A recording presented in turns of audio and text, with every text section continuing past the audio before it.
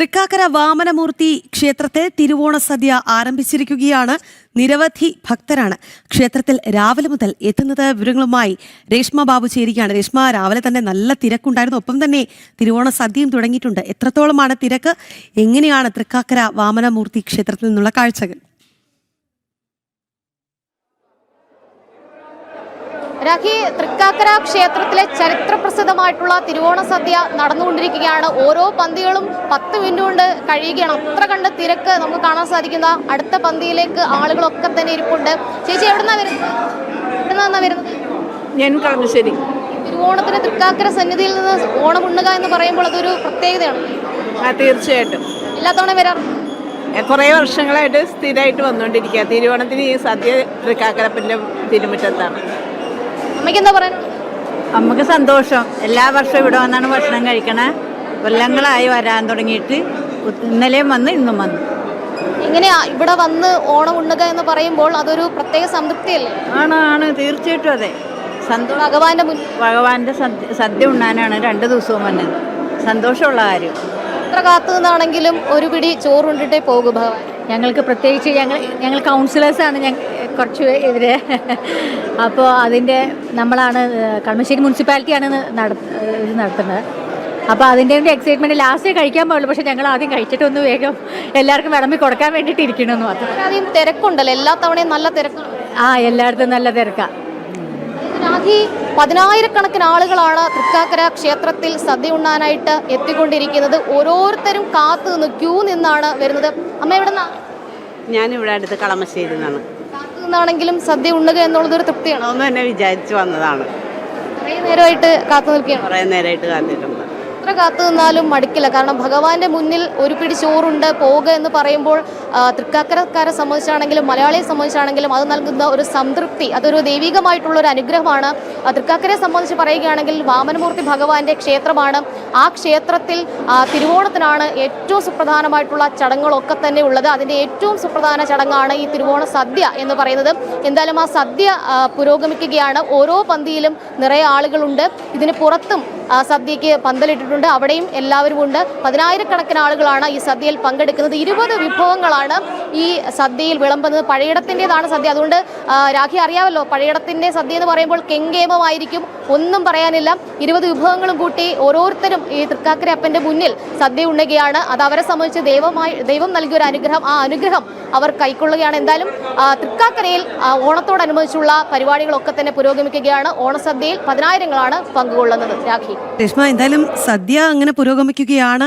രേഷ്മ കഴിച്ചുവോ? അതോ വാർത്തയുടെ ഒരു തിരക്കൊക്കെ കഴിഞ്ഞതിന് ശേഷം സദ്യ അങ്ങനെയാണോ?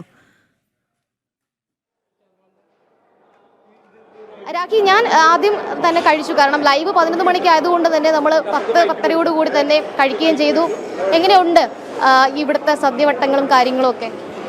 വളരെ നന്നാണ്. വർഷങ്ങളായിട്ട് തന്നെ ഇത് ഏറ്റവും നല്ല രീതിയിൽ ആഘോഷിക്കുന്ന ഒരു സംഭവമാണ്. എത്ര ദൂരത്താണെങ്കിലും ഈ ഒരു സദ്യ വന്ന് കഴിക്കുക എന്ന് പറയുന്നത് ഞങ്ങളുടെ ഏറ്റവും വലിയ സന്തോഷമുള്ള കാര്യമാണ്. ഈ കൂടുന്ന ജനങ്ങളോടൊപ്പം തന്നെ സൗഹാർദ്ദവും സന്തോഷം പങ്കിടുന്നതിന് വളരെയധികം സന്തോഷമുണ്ട്. നല്ല കാര്യം. ഇതുപോലെ ഇനിയും മേലിലുണ്ടാവണമെന്നാണ് എൻ്റെ ആഗ്രഹം. ഭഗവാന്റെ മുന്നിൽ സദ്യ കഴിക്കുക എന്ന് പറയുന്നത് തീർച്ചയായിട്ടും ഭഗവാന്റെ മുമ്പിൽ ഭക്ഷണം കഴിക്കാനായിട്ടുള്ള ആഗ്രഹം കൊണ്ടാണ് വന്നത്. അതിനും ഉണ്ടെന്നാണ് പറയണത്. എന്താ പറയാനുള്ളത്? ഭയങ്കര സന്തോഷം. സദ്യ കഴിക്കാൻ തൃക്കാക്കരയിലേക്ക് വേണ്ടി തിരുവനന്തപുരത്ത് നിന്ന് വന്നതാണ്, പങ്കെടുക്കാൻ വേണ്ടി. അത്ര കണ്ട് പല ഇടങ്ങളിൽ നിന്ന്, പല വിവിധ സ്ഥലങ്ങളിൽ നിന്ന് ആളുകൾ തൃക്കാക്കരയിലെത്തി തിരുവോണത്തിന് സദ്യ ഉണ്ണുക എന്ന് പറയുമ്പോൾ അവരുടെ അഭിലാഷമാണ്. ആ ജീവിതാഭിലാഷം നിറവേറ്റുകയാണ് ഓരോരുത്തരും. എന്തായാലും തൃക്കാക്കര ക്ഷേത്രത്തിലെ ചടങ്ങുകളുടെ ഏറ്റവും പ്രധാനപ്പെട്ട ചടങ്ങാണ് തിരുവോണ സദ്യ. അത് പുരോഗമിക്കുകയാണ്. 10,000-കണക്കിന് ആളുകൾ ഇപ്പോഴും പുറത്തെ ക്യൂവിലാണ്.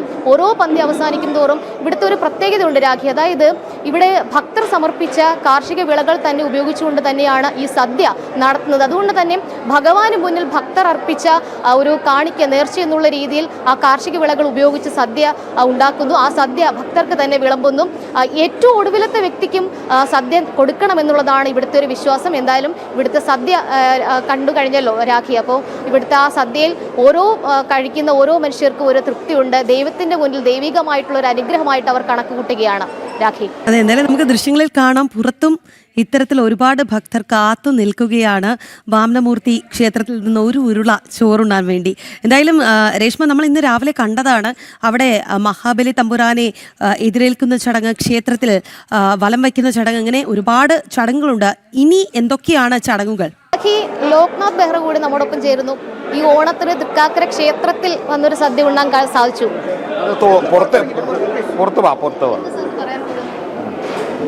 ലോക്നാഥ് ബെഹ്റ മാത്രമല്ല, മന്ത്രിമാരൊക്കെ തന്നെ ഓണസദ്യ കഴിച്ചിട്ട് ഇവിടെ തിരക്ക് കാരണം നമ്മൾ പുറത്തേക്ക് വന്നിരിക്കുകയാണ്.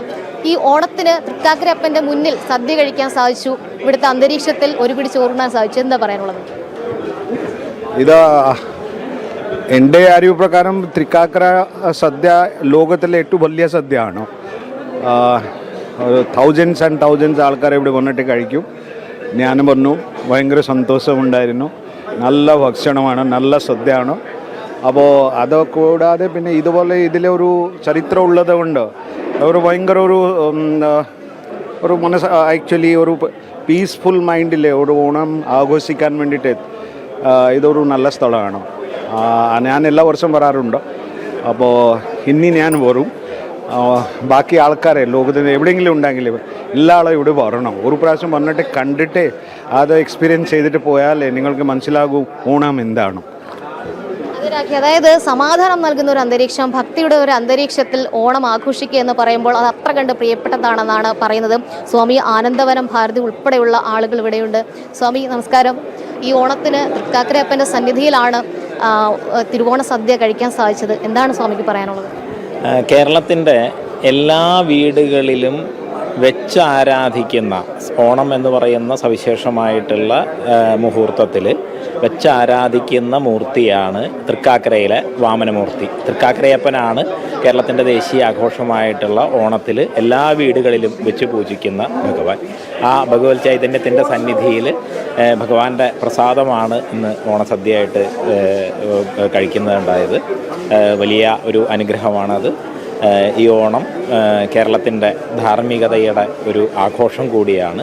ധർമ്മത്തിൽ ഉറച്ചു നിൽക്കാനും ധാർമ്മികമായിട്ട് ഈ സമാജത്തെയും ദേശത്തെയും പരിവർത്തനം ചെയ്യാനുമുള്ളൊരു ഊർജ്ജമായിട്ട് സജ്ജനങ്ങൾക്കിടയിൽ ഈ ഓണത്തിൻ്റെ ചൈതന്യം നിറയട്ടെ എന്ന് ആശംസിക്കുന്നു.